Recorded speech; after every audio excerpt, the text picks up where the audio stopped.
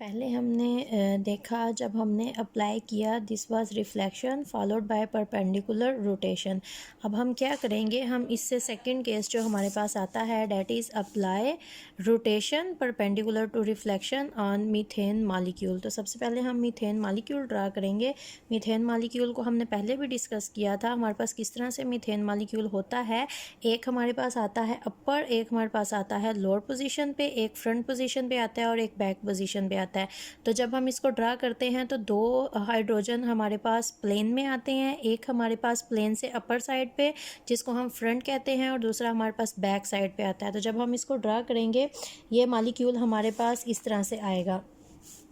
ये हमारे पास आएगी कार्बन सेंट्रल पोजीशन पे। और अब हम इसको ड्रा करेंगे तो एक हमारे पास हाइड्रोजन वो है जो कि प्रेजेंट है फ्रंट साइड पे, एक हमारे पास हाइड्रोजन वो है जो कि प्रेजेंट है बैक साइड पे, और दो हाइड्रोजन हमारे पास प्रेजेंट हैं प्लेन में। अगर हम इनको नंबरिंग दें, नंबरिंग आप अपनी मर्ज़ी से दे सकते हो, 1 2 3 एंड 4, इससे कोई फ़र्क नहीं पड़ता कि इस हाइड्रोजन को आपने 1 एंड 2 कहा है। फ़र्क इससे पड़ेगा कि जब आपने रिफ्लेक्शन या रोटेशन करवानी है तो जोन सी हाइड्रोजन जिस जगह पे आती है आपने उसकी वो करेक्ट पोजीशन लिखनी है। नंबरिंग आप अपनी मर्ज़ी से कर सकते हो। तो यहाँ पर हमने कहा था कि डिफ्रेंशिएशन जब हम करते हैं तो पहले हम लोग राइट साइड को ऑपरेट करवाते हैं, फिर हम जो लेफ़्ट साइड पे हमारे पास प्रेजेंट होता है उसको ऑपरेट करवाते हैं। तो यहाँ पर राइट साइड पे CN है तो पहले हम रोटेशन करवाएंगे और इन दोनों को हमने इस तरह से करवाना है कि ये दोनों हमारे पास परपेंडिकुलर आएँ। तो जब हम यहाँ पर रोटेशन करवाएंगे, रोटेशन आपको पता है यहाँ पर हमारे पास 4 एटम है, तो यहाँ पर जो रोटेशन होगी वो हमारे पास C4 होगी। और आपको पता है जब C4 रोटेशन होती है तो इसका मतलब है जो हमारे पास रोटेशन हुई है वो 90 डिग्री पे हुई है। तो हमारे पास जब 90 डिग्री पे रोटेशन होगी तो ये हमारे पास फ्रंट साइड पे है, ये बैक साइड पे है। एक हाइड्रोजन हमारे पास फ्रंट साइड पे है, दूसरी हाइड्रोजन हमारे पास बैक साइड पे है। तो जब ये हमारे पास रोटेट करेंगी 90 डिग्री पे, ये इस तरह से प्रेजेंट है और दूसरा हमारे पास ये आता है इस तरह से 90 डिग्री। तो जब ये रोटेट करेंगी तो ये इस तरह से हमारे पास दोनों आ जाएंगी प्लेन में। पहले एक फ्रंट साइड पे है, एक बैक साइड पे है। जब ये रोटेट करेंगी तो ये इस तरह से दोनों प्लेन में आ जाएंगी। तो ये इस तरह से हमारे पास होगी कार्बन, ये हमारे पास आएंगी इस तरह से। ये फ्रंट साइड पे थी हाइड्रोजन 1 और बैक साइड पे हमारे पास थी हाइड्रोजन 2। अब यहाँ पर आप 90 डिग्री कह सकते हो, यहाँ पर 90 डिग्री कह सकते हो। तो ये आपके पास इस तरह से आ जाएंगी दोनों प्लेन में। ये आपने इनको प्लेन में लिख लिया। अब ये जो दोनों हाइड्रोजन आपके पास इस तरह से प्लेन में प्रेजेंट थी, ये जब आपके पास रोटेट करेंगी इस तरह से, तो रोटेट करने के बाद आपके पास एक आ जाएगी फ्रंट साइड पे और दूसरी हाइड्रोजन आपके पास चली जाएगी बैक साइड पे। अब ये आपके पास इस तरह से प्रेजेंट है, हाइड्रोजन 4 है, हाइड्रोजन 3। जब ये इस तरह से आएंगी तो ये एक आ जाएगी आपके पास फ्रंट साइड पे, इसको आप कह लें हाइड्रोजन 4, और ये आपके पास एक चली जाएगी बैक साइड पे, ये आपके पास हो गई हाइड्रोजन 3। अब आपने क्या करना है, आपने रोटेशन अप्लाई कर दी है, अब आपने रिफ्लेक्शन करनी है जो कि परपेंडिकुलर होनी चाहिए। तो जो आपने रोटेशन यहाँ पर करवाई थी वो आपने इस तरह से करवाई थी 90 डिग्री पे। ये 90 डिग्री की रोटेशन हुई थी, तो जब आप रिफ्लेक्शन करवाओगे वो आपके पास परपेंडिकुलर होनी चाहिए। तो ये रिफ्लेक्शन आपके पास इस तरह से आएगी। तो ये दोनों आपके पास आएंगे, ये दोनों आपके पास आएंगे परपेंडिकुलर। तो यहाँ पर आपने रिफ्लेक्शन अप्लाई करनी है। जब आप रिफ्लेक्शन करवाओगे जो लोअर साइड पे हैं वो अपर साइड पे चले जाएंगे और जो आपके पास अपर साइड पे हैं वो आपके पास आ जाएंगे लोअर साइड पे। तो ये आपके पास जब this was on front end this was on back, तो ये जब इस तरह से आपके पास प्रेजेंट थे तो इन्होंने रोटेट किया तो ये इस तरह से होंगे। This is hydrogen 1 and hydrogen 2, और 90 डिग्री रोटेशन करने पे 2 आपके पास ये है और 1 ये है, तो ये आपके पास हो जाएगी 2 और ये आपके पास हो जाएगी 1। जब आप यहाँ पर मिरर रखोगे तो ये जो ऊपर है साइड पे ये लोअर पोजीशन पे आ जाएंगी और ये जो नीचे की तरफ हैं ये आपके पास चली जाएंगी अपर पोजीशन पे। तो कार्बन ये आ जाएगी आपके पास हाइड्रोजन 2, ये आपके पास आ जाएगी हाइड्रोजन 1। तो ये आपके पास ऊपर चली जाएंगी, ये आपके पास फ्रंट पोजीशन पे है हाइड्रोजन 4, और ये आपके पास जो बैक पोजीशन पे है दिस इज़ हाइड्रोजन 3। अब अगर आप इनको देखो तो फ्रंट और बैक ये दोनों प्लेन में हैं और ये आपके पास आ जाता है इक्विवेलेंट। तो यहाँ पर आपके पास प्रेजेंट है S4 इन मीथेन मॉलिक्यूल। ये दो आपके पास होते हैं इम्प्रॉपर एक्सिस ऑफ सिमेट्री में। या तो आप अप्लाई करते हो रोटेशन परपेंडिकुलर टू रिफ्लेक्शन, या फिर आप अप्लाई करते हो रिफ्लेक्शन परपेंडिकुलर टू रोटेशन। तो ये दोनों केसेस को हमने स्टडी कर लिया। अगर ये आपके पास पेपर में आ जाएँ इनको अप्लाई करना, तो आप मीथेन मॉलिक्यूल के ऊपर इनको अप्लाई कर सकते हो। अगर किसी और के ऊपर भी आ जाएँ तो आप इजीली इसको लेके स्टडी कर सकते हो। ये 4 सिमेट्री एलिमेंट्स थे हमारे पास जिनको हमने स्टडी किया। पहले एक्सिस ऑफ सिमेट्री को स्टडी किया, उसके बाद हमने स्टडी किया प्लेन ऑफ सिमेट्री को, फिर हमने सेंटर ऑफ सिमेट्री जिसको इन्वर्जन सेंटर भी कहते हैं, और लास्ट में हमारे पास आता था इम्प्रॉपर एक्सिस ऑफ सिमेट्री जिसको हमने किया स्टडी। अब हमने कोऑर्डिनेशन सिस्टम को पढ़ना स्टार्ट किया था, हमने एक्स वाई जी एक्सिस को देखा था। तो हम क्या करेंगे, हम थोड़ा सा स्टडी करेंगे रोटेशन को ही। रोटेशन हम स्टडी करेंगे कोऑर्डिनेशन सिस्टम में। जो हमारे पास कोऑर्डिनेशन सिस्टम है उसमें हमने कहा कि हमारे पास this is X axis, this is Y axis and this is Z axis. ये हमारे पास आ जाते हैं 3 एक्सिस। अब कोऑर्डिनेशन सिस्टम में आपने स्टडी करना है रोटेशन को। अब रोटेशन में जो बातें आपने कुछ याद रखनी है, बहुत आसान। अगर आप सिर्फ इतना याद रख लो कि जब भी आप रोटेशन दोगे अलोंग एक्स एक्सिस, तो अलोंग एक्स एक्सिस पे रोटेशन देने से आपके मॉलिक्यूल के साथ क्या होगा, जो आपके पास होगा अप पोजीशन पे वो आ जाएगा डाउन पोजीशन से, और इसी का उल्ट जो डाउन पोजीशन पे है वो चला जाएगा अप पोजीशन पे। अब दूसरी बात करते हैं, अगर आप रोटेशन देते हो अलोंग जी एक्सिस, तो जो आपके पास प्रेजेंट है लेफ़्ट साइड पे वो चला जाएगा राइट साइड पे, और जो प्रेजेंट है राइट साइड पे वो आ जाएगा लेफ़्ट साइड पे। और अगर आप रोटेशन देते हो अलोंग वाई एक्सिस, तो आपके पास जो वाई एक्सिस पे रोटेशन होगी डायगोनल होगी। ठीक है, अब हम डिस्कस करते हैं कि किस तरह से हमारे पास एक्स वाई जी इन तीनों एक्सिस पे होती है रोटेशन। अब ये हमारे पास है एक्स एक्सिस, ये हमारे पास है वाई एक्सिस, और जो जी एक्सिस है वो हमारे पास इस तरह से यहाँ पर प्रेजेंट है। ये हमारे 3 एक्सिस हैं, एक्स एक्सिस, वाई एक्सिस और ये जी axis. X axis, Z axis और ये जो वाई एक्सिस है ये इस तरह से यहाँ पर हमारे पास प्रेजेंट है। मतलब ये जो हमारे पास एरिया आता है ये वाई जी आता है हमारे पास, और ये एक्स वाई आता है। अगर कोई भी चीज़ इस तरह से हमारे पास प्रेजेंट होगी तो वो एक्स वाई होगी, अगर इस तरह से प्रेजेंट होगी तो हमारे पास वाई जी होगी। अब अगर आप हम वाटर की एग्जांपल ले लेते हैं सबसे पहले रोटेशन को देखने के लिए। ये हमारे पास है वाटर मॉलिक्यूल। अब एक्स एक्सिस हमारे पास ये है एक्स एक्सिस। अब मैं कहती हूँ कि अगर मैं इसको रोटेट करवाती हूँ along X axis, along X axis ये है मेरे पास एक्स एक्सिस यहाँ पर। अब ये हमारे पास वो चीज़ है जो कि प्रेजेंट है अपर पोजीशन पे। अब अगर मैं एक्स एक्सिस की रोटेशन करवाती हूँ तो जो चीज़ अपर पोजीशन पे है वो लोअर पोजीशन पे चली जाएगी, और जो लोअर पोजीशन पे है वो मेरे पास आ जाएगी अपर पोजीशन पे। तो आपको पता है हमने रोटेशन इस तरह से देनी होती है मॉलिक्यूल को कि रोटेशन के बाद एटम की जगह को ही दूसरे एटम को रिप्लेस करना होता है, नई पोजीशंस जनरेट नहीं होती। तो अगर मैं वाटर को यहाँ पर एक्स एक्सिस पे रोटेशन देती हूँ तो रोटेशन के बाद वाटर का मॉलिक्यूल इस तरह से बन जाएगा। जो हाइड्रोजन पहले लोअर पोजीशन पे थे अब वो अपर पोजीशन पे आ जाएंगे। और अगर वाटर के मॉलिक्यूल को देखा जाए तो हाइड्रोजन यहाँ पर प्रेजेंट है और यहाँ पर एज सच अपर पोजीशन पे कोई भी एटम प्रेजेंट नहीं। तो अगर मैं कहूँ कि वाटर में C2X प्रेजेंट है तो वाटर में C2X नहीं है, क्योंकि वाटर एक्स एक्सिस के अलॉन्ग रोटेशन शो नहीं करता। अब अगर आप वाई एक्सिस देखो तो ये आपके पास वाई एक्सिस है। वाई एक्सिस की रोटेशन याद रखने के लिए सिर्फ एक चीज़ याद रखें, ये एक सेंट्रल पॉइंट है।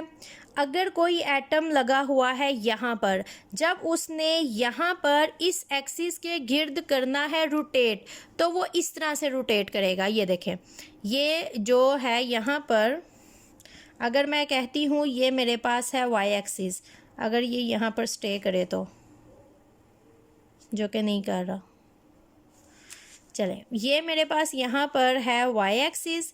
अब ये दो लगे हुए हैं एटम, एक मेरे पास ये एटम है, दूसरा ये एटम है। जब भी रोटेशन होनी है ये इस तरह से होगी। ये अपनी पोजीशन अगर ये यहाँ पर है तो ये इस तरह से आ जाएंगे, अगर ये इस तरह से हैं तो ये इस तरह से आ जाएंगे। ये डायगोनल रोटेशन होती है हमारे पास। और अगर एक मॉलिक्यूल यहाँ पर है तो दूसरा मॉलिक्यूल ज़रूरी है कि यहाँ पर होना चाहिए हमारे पास। और अगर यहाँ पर एक एटम को मैं 1 कहती हूँ और यहाँ पर 2 कहती हूँ, तो ये जब वाई एक्सिस के अलॉन्ग रोटेट करेंगे तो 2 यहाँ पर आ जाएगा और 1 मेरे पास यहाँ पर रहेगा। तो वाटर में अगर हम देखते हैं रोटेशन, ये रोटेशन तो देखी हमने एक्स के अलॉन्ग।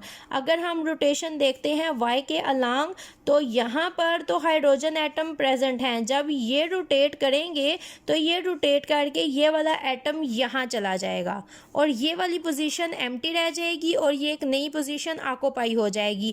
तो वाटर में C2YB प्रेजेंट नहीं होता। अब थर्ड मेरे पास रोटेशन आती है अलोंग Z एक्सिस। अब ये है मेरे पास वाटर मॉलिक्यूल, Z एक्सिस मेरे पास होता है ये, और Z एक्सिस में हमने कहा था जो चीज़ राइट साइड पे होती है वो लेफ़्ट साइड पे चली जाती है। This is 1 and this is 2। अगर मैं इसको रोटेशन देती हूँ Z के अलॉन्ग तो ये हो जाएगा, यहाँ पर आ जाएगा हाइड्रोजन 2 और यहाँ पर आ जाएगा हाइड्रोजन 1। तो वाटर में जो रोटेशन प्रेजेंट होती है that is C2Z। Water Z axis के अलॉन्ग सिर्फ रोटेशन करता है। अब ये आपकी मर्ज़ी, आप किसी भी एक्सिस को X Y Z का नेम दे सकते हो, पर जो मेरा Z है अगर वो आपका X है तो वाटर में सिर्फ X पर रोटेशन होगी। अगर मेरे Z को आपने Y का नेम दिया हुआ है तो वाटर में सिर्फ और सिर्फ Y पोजीशन पे ही रोटेशन पॉसिबल होगी। द पॉइंट इज़ जो ये वाली डायरेक्शन है सिर्फ ये एक्सिस वाटर के अंदर प्रेजेंट है जो कि रोटेशन करवाता है। अब हम एक और एग्जाम्पल लेते हैं। एक ऐसी एग्जाम्पल लेंगे जो कि X Y और Z तीनों एक्सिस के अलॉन्ग रोटेशन करता है, ताकि आपको समझ आ जाए कि तीनों एक्सिस के अलॉन्ग रोटेशन किस तरह से होती है, ताकि अगर आप कोई और मॉलिक्यूल भी स्टडी करते हो और उसमें रोटेशन देखना चाहते हो तो आपको समझ आ जाए कि रोटेट किस तरह से करेगा मॉलिक्यूल। ये हमने लिया है एक मॉलिक्यूल जिसमें X Y और Z तीनों एक्सिस के अलॉन्ग रोटेशन होगी, ताकि मैं रोटेट करके आपको बता दूं कि रोटेशन तीनों एक्सिस पे किस तरह की होती है, ताकि जब भी कोई मॉलिक्यूल आए और उसकी किसी भी एक्सिस पर रोटेशन आपने बतानी हो तो आप इजीली बता लो। तो पहले हम बताते हैं इसकी रोटेशन को अलॉन्ग X एक्सिस। अब यहाँ पर अगर मैं अपने एक्सिस को ड्रा करूँ, मैं किसको X Y और Z कहती हूँ, तो ये होते हैं हमारे पास एक्सिस। इसको मैंने कहा है X, इसको मैंने कहा है Y और इसको मैंने कहा है Z एक्सिस। तो पहले मैं X एक्सिस के अलॉन्ग रोटेशन करवाने लगी हूँ, तो ये है X एक्सिस। और मैंने कहा जब मैं X एक्सिस के अलॉन्ग रोटेशन करवाती हूँ तो जो चीज़ अपर पोजीशन पे होती है वो क्या होता है, वो लोअर पोजीशन पे आ जाती है। तो इसको मैं कहती हूँ 1 2 3 एंड 4। तो जब यहाँ पर रोटेशन होगी ये मॉलिक्यूल इस तरह से बन जाएगा, ये यहाँ पर आ जाएगा, ये यहाँ पर आ जाएगा। This is hydrogen 1, this is hydrogen 2, ये ऊपर चला जाएगा, this is hydrogen 3 and this is hydrogen 4। Clear? ये मैंने X एक्सिस के अलॉन्ग रोटेशन की। अब मैं क्या करती हूँ, अब मैं इसको रोटेट करवाती हूँ अलॉन्ग Z एक्सिस। तो ये मेरे पास होता है Z एक्सिस। और हमने कहा कि जब हम रोटेशन करवाते हैं अलॉन्ग Z एक्सिस तो हमारे पास क्या होता है, जो लेफ़्ट साइड पे होता है वो चला जाता है राइट साइड पे, और जो राइट साइड पे होता है वो लेफ़्ट साइड पे चला जाता है हमारे पास। तो this is C double bond C। अब ये 2 यहाँ पर आ जाएगा, 3 यहाँ पर आ जाएगा। This is H2 and this is H3, और यहाँ पर 1 और यहाँ पर आ जाएगा हाइड्रोजन 4। अब मैं आपको बताती हूँ कि मेरे पास जो रोटेशन होती है अलॉन्ग Y एक्सिस वो किस तरह से होती है। और Y एक्सिस पे जब रोटेशन होती है तो Y एक्सिस पे जो रोटेशन हमारे पास होगी वो इस तरह से होगी। ये जो हाइड्रोजन 4 है ये मूव करके हाइड्रोजन 2 की जगह ले लेगा, हाइड्रोजन 2 हाइड्रोजन 4 की जगह आ जाएगा, और ये जो 1 पे है ये 3 पे आ जाएगा, और जो 3 पे है वो 1 पे चला जाएगा। ये देखें, एक पूरी इस तरह से हमारे पास होती है रोटेशन। अब ये देखें, जब मैं इसको ड्रा करूँ तो ये इस तरह से बन जाएगा। अब यहाँ पर पहले था हाइड्रोजन 4, अब यहाँ पर हाइड्रोजन 2 आ गया और हाइड्रोजन 4 चला गया है यहाँ पर। हाइड्रोजन 1 यहाँ पर पहले था तो अब यहाँ पर 3 आ गया और अब यहाँ पर आ गया है हाइड्रोजन 1। ये आप ओरिजिनल मॉलिक्यूल देख सकते हो, ये देखें, ये जो दो हैं वाई के अलॉन्ग जब रोटेशन होगी तो ये दोनों साइड चेंज करेंगे और ये दोनों जो हैं वो साइड चेंज करेंगे। अगर आप कार्बन को भी देखो तो जब आप अपर एक्स एक्सिस पे रोटेशन करवाओगे तो कार्बन जो एटम आ जाते हैं एक्सिस पे वो रोटेट नहीं करते, तो एक्स एक्सिस के अलॉन्ग कार्बन यहाँ पर रोटेट नहीं करेगी। लेकिन अगर आप इसको कहते हो कार्बन नंबर 1 और इसको कहते हो कार्बन नंबर 2, तो जब आप रोटेशन करवाते हो अलॉन्ग जी एक्सिस तो फिर आपके पास क्या होगा, ये जो कार्बन नंबर 1 है ये आपके पास 2 और ये आपके पास इस तरह से पूरे का पूरा जो मॉलिक्यूल है वो यहाँ से 1 के साथ 1 और 4 थे, 1 के साथ 1 और 4, 2 के साथ 2 और 3, 2 के साथ 2 और 3 ये आ गए हैं। और जब डायगोनल होता है तो ये आपके पास जो एटम है वो इस तरह से पोजीशंस अपनी करते हैं एक्सचेंज। जो इन्वर्जन सेंटर में आपके पास आते हैं सेम अपोजिट डायरेक्शन पे एटम, वो आपस में क्या करते हैं, पोजीशन चेंज। तो हम एक ऐसा एटम देखेंगे जिसमें हमारे पास सिर्फ ये वाई एक्सिस की ही रोटेशन होगी, बाकी कोई रोटेशन प्रेजेंट नहीं होगी। तो हम एक और एग्जांपल लेते हैं इसी रोटेशन को समझने के लिए। यहाँ पर है ऑक्सीजन, ऑक्सीजन, एक हाइड्रोजन यहाँ पर अटैच है, एक हाइड्रोजन यहाँ पर अटैच है। अब अगर मैं इसकी रोटेशन बारी बारी एक एक एक्सिस पे रोटेशन देखते हैं, अगर मैं एक्स एक्सिस पे इस तरह से इसको रोटेट करवाती हूँ तो ये हाइड्रोजन नीचे आएगा, ये ऊपर चला जाएगा, जो कि पॉसिबल नहीं है। अगर मैं इसको जी एक्सिस पे रोटेट करवाती हूँ तो ये हाइड्रोजन यहाँ पर आ जाएगा, ये यहाँ पर आ जाएगा, तो यहाँ पर जो जी की रोटेशन है वो भी पॉसिबल नहीं है। अगर मैं इसको वाई के अलॉन्ग रोटेशन करवाती हूँ, इसको 1 और 2 कहती हूँ, तो 1 यहाँ पर चला जाएगा और 2 यहाँ पर आ जाएगा और ये मॉलिक्यूल हमारे पास इस तरह से बन जाएगा, हाइड्रोजन 1 एंड हाइड्रोजन 2। ये मॉलिक्यूल मेरे पास आ जाएगा इस तरह से। और अगर मैं इसकी बात करती हूँ तो यहाँ पर जो रोटेशन प्रेजेंट है मेरे पास वो सिर्फ और सिर्फ प्रेजेंट है अलोंग वाई एक्सिस, बाकी दोनों एक्सिस के अलोंग ये मॉलिक्यूल रोटेशन शो नहीं करेगा। ये हमारे पास आ जाता है कोऑर्डिनेशन सिस्टम। कोऑर्डिनेशन सिस्टम एक अलग से टॉपिक आता है आपके पास पेपर में, और कोऑर्डिनेशन सिस्टम को जब भी आपने डिस्कस करना होता है, जो बातें आपने डिस्कस करनी होती हैं उसको पहले ब्रीफ करते हैं। फिर जो हमारे पास ये रोटेशन तो हमने डिस्कस कर ली है, यहाँ पर सिर्फ रिफ्रैक्शन रह गई है तो उसको भी हम कर लेते हैं डिस्कस। अगर मैं आपको बताऊं कोऑर्डिनेशन सिस्टम जब आप अलग से डिस्कस करते हो तो आप उसमें क्या क्या चीज़ें करोगे डिस्कस। सबसे पहले कोऑर्डिनेशन सिस्टम में आपने देखी थी रोटेशन, और वहाँ पर जो आपने रोटेशन देखी थी वो आपने देखी थी जब आपने देखा था एंगल्स को। हमने पहले जो हमने सबसे फर्स्ट लेक्चर डिस्कस किया था वहाँ पर हमने रोटेशन को देखा था, और रोटेशन हमने 90 डिग्री पे की थी। इसके अलावा हमने 180 डिग्री पे रोटेशन को किया था डिस्कस। अभी हमने दोबारा से रोटेशन को ही डिस्कस किया है, लेकिन अब हमने क्या किया है, अब हमने एक्सिस के अकॉर्डिंग रोटेशन देखी है। मतलब एक्स एक्सिस पे रोटेशन देखी, वाई एक्सिस पे रोटेशन देखी और जी एक्सिस पे रोटेशन देखी। अब हम क्या करेंगे, अब हम स्टडी करेंगे रिफ्लेक्शन। अब आपको पता है जो आप एक्सिस ऑफ सिमेट्री पढ़ते हो that is all about rotation, और जो सेकंड हमारे पास आता है प्लेन ऑफ सिमेट्री जिसको हम कहते हैं POS, वो हमारे पास होता है अबाउट रिफ्लेक्शन।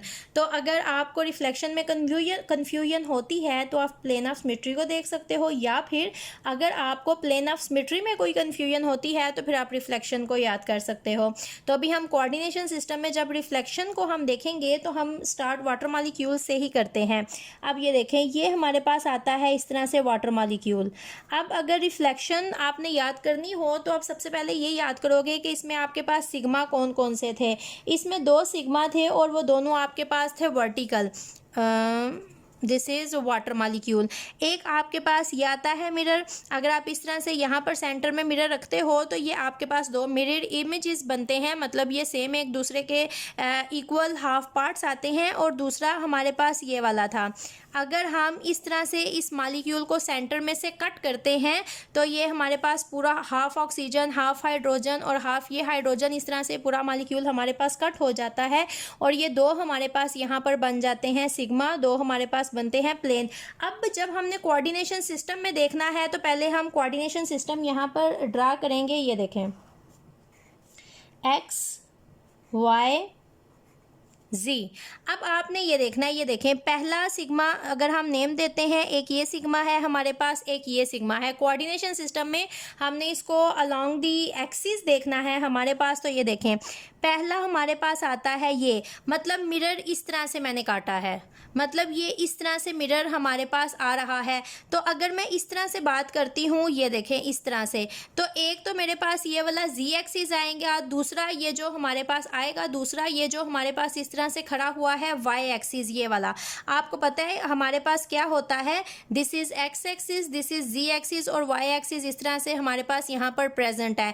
तो अगर मैं मिरर को इस तरह से लेती हूँ, ये इस तरह से मेरे पास मिरर है, अगर 4 मैं इसकी लेती हूँ कॉर्नर्स, तो इस तरह से मिरर ने काटा है। तो ये 4 आपके पास, ये देखें, ये आपके पास आता है जी, ये आपके पास यहाँ पर आता है वाई, ये दोबारा से जी आता है और ये आपके पास वाई आता है। तो अगर मैं इस सिग्मा की, जिसको मैं नंबर 1 कह लेती हूँ और इसको नंबर 2 कह लेती हूँ डिफ्रेंशिएट करने के लिए, तो ये जो सिग्मा 1 हमारे पास है, एक्चुअली ये मेरे पास आता है सिग्मा वाई एंड जी। अब ये देखें, ये दूसरा प्लेन देख रहे हो, ये दूसरा सिग्मा आपके पास इस तरह से है, मतलब ये आपके पास z है और ये वाला आपके पास x है। पहले को मैंने कहा था इस तरह से इमेजिन करें कि ये आपके पास ये एक पूरा मिरर है जो मैंने इस तरह से गिराया है, इस मॉलिक्यूल को कट किया है इस मिरर से, और ये 4 साइड्स हैं। अगर आप इसको इमेजिन करते हो तो ये आपके पास 4 साइड आती हैं। तो अब ये देखें, ये जो इस तरह से है हमारे पास, ये z है, और ये जो इस तरह से स्टैंडिंग पोजीशन में आता है, ये इस तरह से y है। तो ये हमारे पास आया y और एंड z। अब ये जो दूसरा हमारे पास इस तरह से प्लेन है जिसने इस तरह से कट किया था, तो ये मेरे पास आ रहा है इस तरह से। अब आप अगर इसको मानते हो कि ये आपके पास इस तरह से है, तो ये देखें, इस तरह की पोजीशन में ये आपके पास z आता है और ये आपके पास x आता है। तो ये जो सेकेंड आपके पास है सिग्मा 2, जिसको हमने कहा है, ये सिग्मा हमारे पास आता है x एंड z। अब और एग्जाम्पल हम लेते हैं जिनसे आपको अच्छी तरह से समझ आएगी। एक एग्जाम्पल लेते हैं, अभी तक जितनी बातें हमने डिस्कस कर ली हैं वो सारी उसके ऊपर हम अप्लाई करते हैं। बहुत एग्जाम्पल, आसान एग्जाम्पल लेंगे। प्लाटिनम, यहाँ पर है क्लोरीन, यहाँ पर क्लोरीन, यहाँ पर क्लोरीन और यहाँ पर क्लोरीन। एक्चुअली ये एक कम्प्लेक्स है, मैं पहले भी काफ़ी दफ़ा बता चुकी हूँ, जो कि इस तरह से एग्जिस्ट करता है, जिसको हम एज एन एग्जाम्पल यहाँ पर लेते हैं कम्प्लेक्स। अब हमने स्टडी क्या क्या किया है, हमने एक्सिस ऑफ सिमेट्री स्टडी किया है, इसका कैलकुलेट करेंगे। प्लेन ऑफ सिमेट्री कैलकुलेट किया है, स्टडी किया है, उसको अप्लाई करेंगे, ऑपरेट करेंगे। ये यहाँ पर करेंगे एस एन, यहाँ पर S N is something else, तो इसको रहने देते हैं। प्लस हम क्या करेंगे, यहाँ पर हम अप्लाई करेंगे कोऑर्डिनेशन सिस्टम को। ठीक हो गया, तो कोऑर्डिनेशन सिस्टम अप्लाई करेंगे। चलें, अब सबसे पहले हम देखते हैं एक्सिस ऑफ सिमेट्री।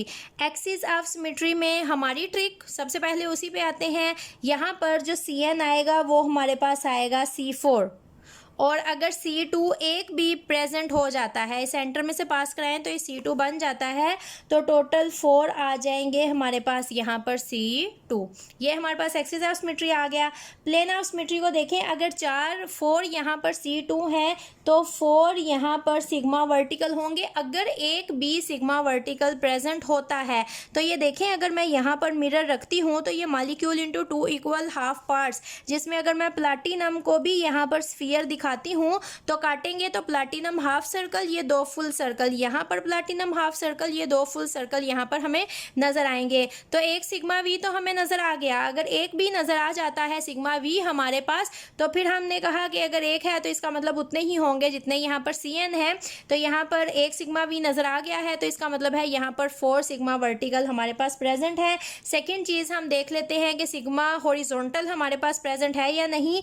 तो हमारे पास जो प्रिंसिपल एक्सिस है C4, अगर हम प्लैटिनम से प्लेन एक्सिस पास करवाते हैं तो ही ये 4 एटम हम काउंट करके रोटेशन इस तरह से करवाते हैं, जो बहुत दफ़ा मैंने दिखाई है अपने प्रीवियस लेक्चर्स में। अगर नहीं अभी भी समझ तो जाके उनको दोबारा से देखें कि किस तरह से ये 4 क्लोरीन एटम्स आपके पास रोटेट करते हैं। तो अगर ये मेरे पास सेंटर में आता है प्रिंसिपल एक्सिस और मैं मॉलिक्यूल को इस तरह से कट करती हूँ, इस तरह से कि ये 2 सेम मॉलिक्यूल्स हमारे पास बनते हैं जिसमें एक प्लैटिनम और 4 क्लोरीन, टोटल 5 एटम कटेंगे।